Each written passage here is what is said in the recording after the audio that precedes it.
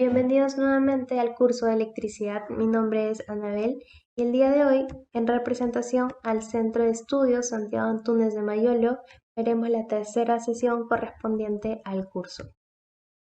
El tema a exponer es conversión de corriente alterna a corriente continua. Sin más preámbulo, comencemos. El enunciado número 1 estipula lo siguiente.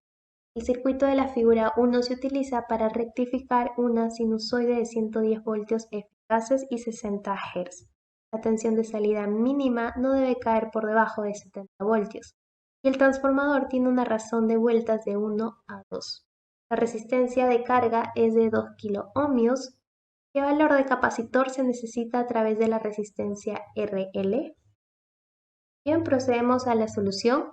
En primer lugar tenemos el circuito eléctrico. Podemos observar que presenta dos diodos, es decir, este circuito es de onda completa.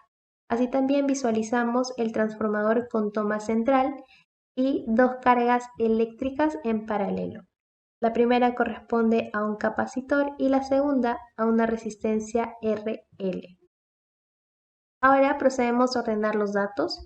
Tenemos un voltaje de entrada de 110 voltios, una frecuencia de 60 Hz, una resistencia de 2 kiloohmios, un voltaje mínimo o tensión mínima de 70 voltios y nos piden calcular el valor del capacitor. Sabemos que el voltaje eficaz es igual al cociente del voltaje del secundario máximo y la raíz de 2. A esta ecuación la vamos a nombrar ecuación número 1. La siguiente ecuación está detallada por el capacitor. Esta se expresa como el cociente de 5 veces el voltaje máximo entre la variación de voltaje por la frecuencia inicial por la resistencia R sub L.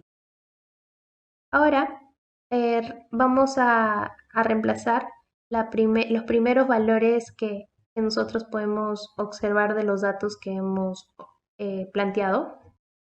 Entonces tenemos un voltaje de entrada de 110 voltios y un factor de relación de 1 a 2.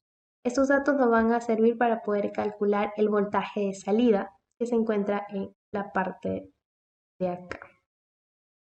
Entonces, de esta forma relacionamos, decimos que el voltaje de entrada es a 1 como el voltaje de salida es a 2. Así despejamos el voltaje de salida y este nos arroja un valor de 220 voltios. Aquí hay que tener en cuenta un punto importante y es que tenemos un transformador con toma central. Esto va a ocasionar que el voltaje de salida se divida en 2.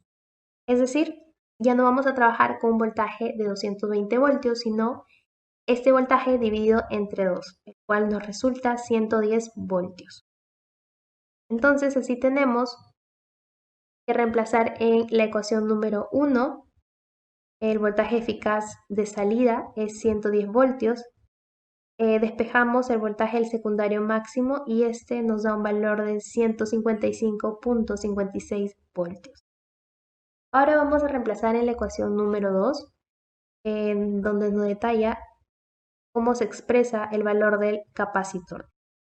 Recordemos lo siguiente. El voltaje máximo es igual al voltaje del secundario máximo. La variación del voltaje es la diferencia del voltaje máximo y el voltaje mínimo. Y la frecuencia es de 120 Hz. ¿Por qué la frecuencia es de 120 Hz? Acá un detalle muy importante, y es que estamos trabajando con un circuito de onda completa. Es por ello que la frecuencia es igual a 2 veces la frecuencia inicial, es decir, 120 Hz. Caso contrario, si trabajamos con un circuito de media onda, la frecuencia que utilizaríamos como dato sería la frecuencia de 60 Hz. Son detalles que hay que tener en cuenta cuando identifiquemos el tipo de circuito con el que estamos trabajando. Bien, ya tenemos todos los datos, ahora solo es cuestión de reemplazar y obtener el resultado. Es así que el capacitor tiene un valor de 37.878 microfaradios. Bien, es un problema sencillo. Recalco de poder identificar bien el circuito a trabajar, ya que hay detalles que en este caso deben cumplirse para poder llegar a la a la respuesta correcta. Bien, ahora vamos a proceder al siguiente problema. Problema número 2. Nos piden determinar la forma de onda a la salida del circuito con un diodo semiconductor. Tenemos el siguiente gráfico. Podemos observar un circuito eléctrico con una resistencia de 3 ohmios y un voltaje de 6 voltios. También en la parte derecha observamos un gráfico con una forma sinusoidal. Tenemos un voltaje máximo de 12 voltios, un voltaje mínimo de menos 12 voltios. Procedemos a dar solución. Y es así que vamos a reescribir el circuito eléctrico. Al voltaje de 6 voltios lo vamos a nombrar el voltaje de la resistencia y vamos a trabajar con un voltaje de entrada y un voltaje de salida. Es así que tenemos el siguiente gráfico. Hemos reescrito la forma sinusoidal inicial y vamos a trabajar ahora en base a menos 6 voltios.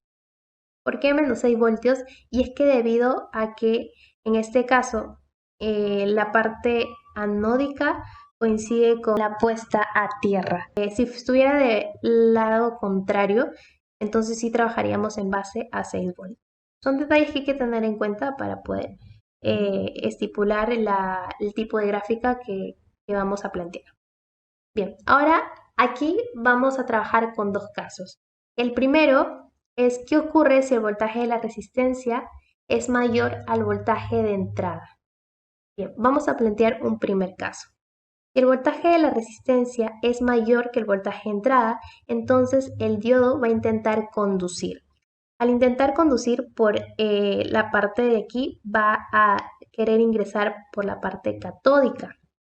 Y la parte catódica no va a permitir que este diodo conduzca, porque es como si tuviéramos un diodo abierto. Es por ello que si no conduce, entonces el voltaje de entrada y el voltaje de salida son iguales. Por ello que para valores donde el voltaje de entrada sea menor, y es justo donde estoy remarcando, este voltaje de entrada y el voltaje de salida son exactamente iguales. Es decir, va a seguir la misma trayectoria de la forma sinusoidal. Solamente esta parte remarcada.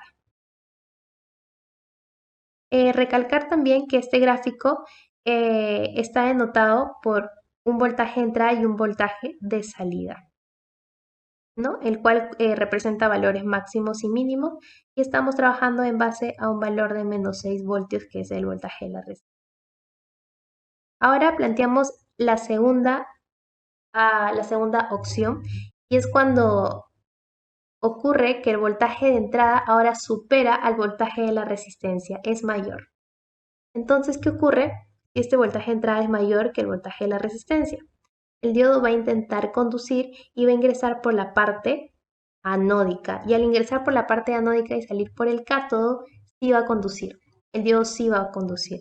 Es por ello que, obtenido esto, el voltaje de la resistencia es igual al voltaje de salida. Cuando conduce, este voltaje de la resistencia es igual al voltaje de salida. Es por ello que para valores donde el voltaje de entrada es mayor, es decir, en esta trayectoria, el voltaje de la resistencia y salida son iguales. Es por eso que remarcamos este camino horizontal que rige el voltaje de menos 6 voltios.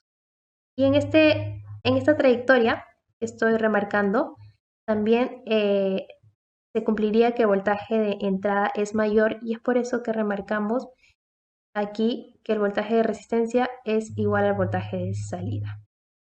Muy bien, y es así como hemos obtenido la forma de onda final que hay en el circuito. De una forma más simplificada podemos observar lo siguiente, ¿no? Hemos reescrito la forma de onda que anteriormente habíamos calculado, ¿no? Y esta sería la respuesta al problema número 2. Bien, eso ha sido todo por hoy. Muchas gracias por la atención prestada. Recuerden que CESAN tiene redes activas y que semanalmente está subiendo videos. Cualquier información acerca de sus cursos que está dictando pueden seguirnos en Facebook como CESAN UNAC e Instagram como cesan.fi. Muchas gracias, nos vemos en la próxima sesión.